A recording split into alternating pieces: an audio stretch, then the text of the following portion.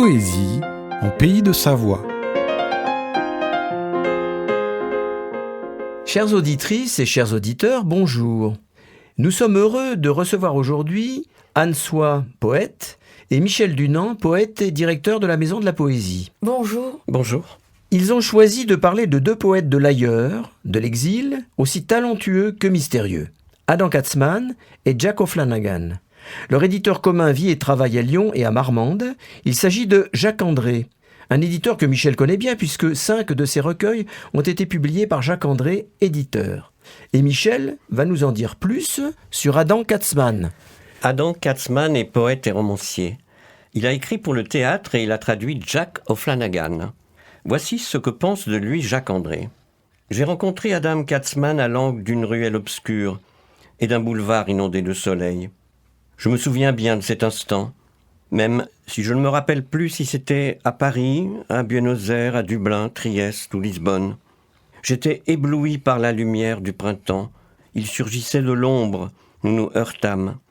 Adam Katzmann est un habitant de l'exil qu'il considère comme une vaste cité à caractère addictif. Il ne voyage pas, il s'en va. Il ne revient pas, il part ailleurs. Je compris immédiatement que cet homme allait prendre une place importante dans mon existence, voire qu'il allait la prendre, ma place. Mais comme il a eu l'infinie délicatesse, l'élégance de ne pas exister, ce n'est pas gênant en somme, j'ose enfin le publier. Poèmes d'Adam Katzmann, ils sont extraits du recueil L'Homme revient, Jacques-André, éditeur, 2018. 1. On s'habitue très vite. À quoi? À tout, c'est bien là le problème. Mais le poète, ah oui, le poète, non, il ne s'habitue pas. 2. Et puis, si tu n'es pas capable d'autre chose, épie l'univers par la serrure, oui. Penche-toi légèrement, tu vois? Qu'est-ce que tu vois, dis-moi? Tu vois la serrure? Bien. Et puis, c'est tout? Bon, d'accord, tu vois la serrure, mais c'est toi la serrure, c'est toi, imbécile. C'est toi le trou de la serrure.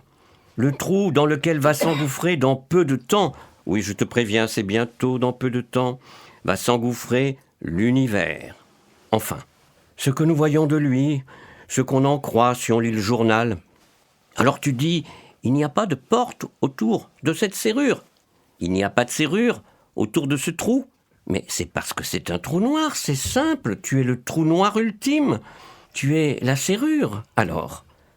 La clé? Où est la clé? Bon sang, tu l'as encore perdue. Il faut la chercher, la clé, pour boucher ce trou noir. Et ne me dis pas que tu as peur. Si tu n'avais pas eu peur, tu aurais gardé la clé serrée, dans ton poing. Comment tu l'as lâchée, en la mettant dans le trou de la serrure, avant que je ne te le dise? Alors tu as bien fait, oui, tu avais raison. Ce devait être ce moment particulier de l'éternité qui était le bon moment, le moment heureux, le moment de l'éternité heureuse. Le métal de la clé aura fondu à la température des étoiles. 3. En cas d'insomnie, imaginons le sourire du Bouddha. Ses joues luisent dans le noir, il avance une main, ses doigts boudinés effleurent les cordes tendues de l'angoisse. 4.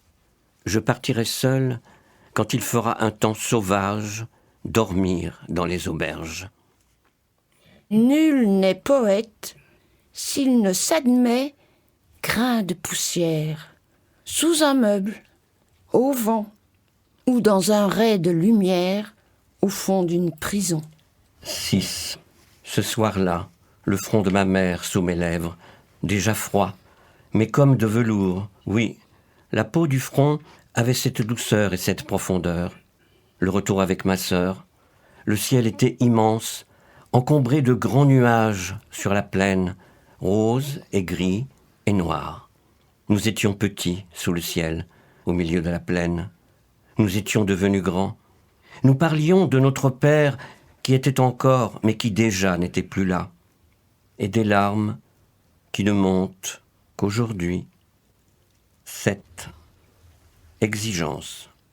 L'honneur plutôt que l'honneur, la vie plutôt que la vie, l'espoir plutôt que l'espoir, et l'amour plutôt que l'amour, le regard plutôt que la rage.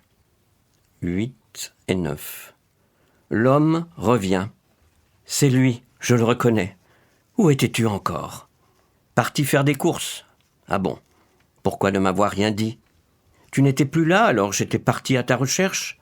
Et voilà que je te rencontre entre le ciel et la mer. Et je me dis que le possible est enfin possible. Au secours, l'homme revient. On l'avait oublié, ce funambule, avec sa suffisance, sa grâce légèrement éléphantesque, ses regards en coin, ses mains qui traînent partout. Enfin, celui-là ou un autre.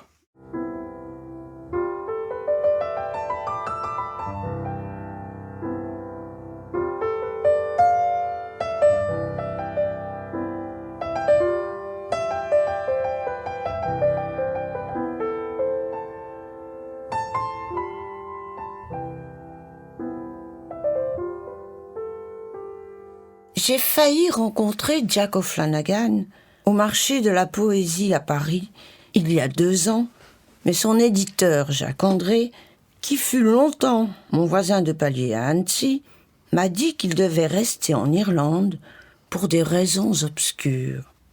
Son recueil a été traduit du gaélique par Adam Katzmann. Mais où diable se sont-ils rencontrés ces 2 poètes? Mystère. Oh, bon, excusez-moi, mais c'est Jacques-André, éditeur, qui appelle. Allô? Vous êtes bien Jacques-André, éditeur? Oui, Nous nous posons beaucoup de questions sur ces 2 mystérieux poètes. Parce que Jack O'Flanagan a écrit en gaélique, oui, il a été traduit par Adam Katzmann, c'est ça, oui. et on se demande où diable se sont-ils rencontrés, ces 2 hommes? Mais j'ai cru comprendre qu'ils étaient beaux-frères. Mais c'est assez mystérieux parce que je sais pas du tout. Je crois que c'est la sœur de Jack O'Flanagan qui a rencontré Katzmann. C'est Ils se sont incroyable. rencontrés comme ça, voilà. Il semblerait que ce soit ça. C'est pas une certitude, hein. J'ai pas d'attestation. Eh oui, parce que déjà, la langue gaélique, c'est un vrai poème. C'est en soi une poésie, oui. Je crois, oui. Et puis, nous nous disions, avec Michel Dunant, en préparant l'émission, que vous aviez 2 points communs chez ces auteurs, qui sont l'humour et une certaine théâtralité de l'écriture. Est-ce que Ah oui, vous c'est êtes intéressant, d'accord? ça, oui. Oui, Oui. c'est intéressant cette notion. Je n'avais pas formalisé, mais c'est vrai. C'est vrai, il y a du dialogue, il y a des interpellations. Voilà. Oui, oui, oui. Bonjour Jacques, je vais m'insérer dans cette petite discussion. Tu n'édites pas que de la poésie, 18 collections. Oui. Que peux-tu nous dire d'une manière générale à propos de ton travail éditorial et en matière de poésie? Qu'est-ce qui est privilégié? Qu'est-ce que tu recherches dans ce domaine en vue de publication? Alors, si on oublie, parce que là je sors d'une crise de colère avec Amazon, si on oublie que la part importante, la part du lion revient à Amazon systématiquement, qui se croit en pays conquis, et là on est en train d'entamer un bras de fer avec Amazon, que nous perdrons forcément. Ça me permettra peut-être d'être plus serein et de me consacrer un petit peu plus à l'esprit de mes collections, même si j'en vends moins. Alors, donc... Oui, 18 collections, 140 auteurs, 200 livres publiés, même plus depuis 2004. Oui, c'est trop, oui. Alors en matière... Non, je dis pas que c'est trop, je ne juge pas. En matière de poésie, qu'est-ce que tu privilégies très rapidement? Parce que le temps passe, on me dit. Alors, On me dit que le temps passe. La poésie, C'est un scoop. la première des choses qu'on cherche, c'est la sincérité. La sincérité, C'est oui. La sincérité. Après, évidemment, L'authenticité. Il nous faut l'élégance dans l'expression. L'élégance, oui. Évidemment, si c'est... C'est vu comme ça de l'extérieur aussi, hein. Il y a l'esprit, mais il y a un peu de technique à rajouter. Mmh. Et les techniques, en fait, c'est surtout le travail sur les purs. Moins on en dit, mieux on le dit. Et l'objet est à l'image de ce que tu viens de nous dire, hein. L'objet libre. Oui. Merci Jacques, hein. Les auditeurs vont faire davantage connaissance avec Adam Katzmann et Jack O'Flanagan. Merci beaucoup. Je vais donc vous dire quelques poèmes de Jack O'Flanagan, extraits de son recueil « Description de la nuit ou les jours terribles ». Maître vent, je te choisis comme avocat, afin que tu défendes mon cas pendable devant le tribunal des jours terribles. Je te demanderai un plaidoyer, sinon brillant, du moins touchant et sincère et lucide. souffle-leur la vérité seule, celle qui nous empêche tous de dormir. Pour instruire ce foutu dossier, je vais tout te dire. Mes hontes, mes interdits, mes lâchetés. Mais surtout, justifie, je t'en prie, maître vent, mon existence. Et s'il me reproche d'être poète, alors tant pis, parce que ça, nul n'a le droit de me le reprocher, sauf moi, et encore. Quand je lis un livre, je retarde d'autant le moment où je basculerai dans la folie. Mes livres, ce ne sont que des rêves rangés sur des rayons. Aucun livre ne peut rendre compte de l'immensité de chacun de mes rêves, ceux que je ne peux même pas partager avec moi-même sans m'y perdre. Quand je rêve, c'est un pas de plus vers l'étrangeté de la mort. Est-ce que je rêverai quand je serai mort ? Oui, tu rêveras, me susurre vieil océan. Tu rêveras toute ta mort, et tu seras le vent qui me caresse. Tu écrêteras mes vagues, et toutes les âmes des morts avec toi soulèveront des raz de marée, et le souffle de tes rêves animera les survivants. On est poète aux environs de 50 piges. Avant ça, on se prend juste pour Rimbaud et on fait chier tout le monde, soi-même compris. Et ça, c'est pas bon pour la poésie. Rimbaud, quand il est né, il avait déjà 52 ans, 3 mois et 10 jours. Ce poète est donc bien mort à 70 ans. L'aventurier a survécu à cloche-pied et à lui-même quelques années encore, sans plus. Il s'ennuyait plus qu'un roi dans son palais. Les autres, nous si vous préférez, c'est à 52 ans, 3 mois et 10 jours, enfin, qu'ils commencent leur vie.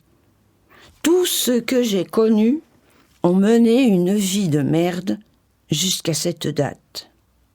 Je t'explique. Tu es une abeille. Tu vois le truc ?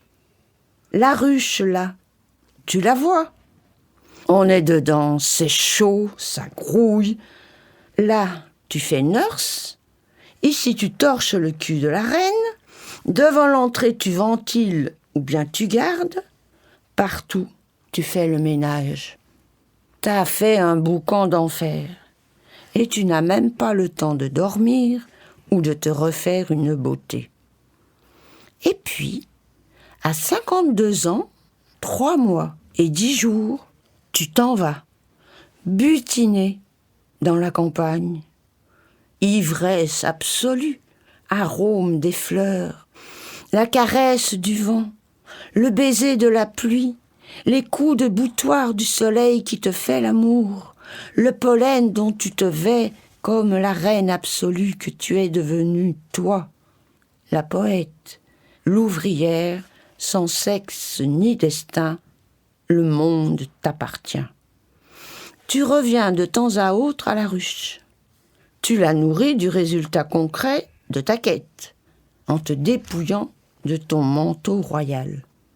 Mais ce n'est qu'un piètre cadeau à comparer de ce que toi, tu vis, et tu peux mourir enfin, à 52 ans, 3 mois et 13 jours, vie totalement accomplie. Finalement, qu'importe les liens du sang ou pas entre Adam Katzman et Jack O'Flanagan. L'important, c'est ce qu'ils ont écrit et ce que Jacques André a publié.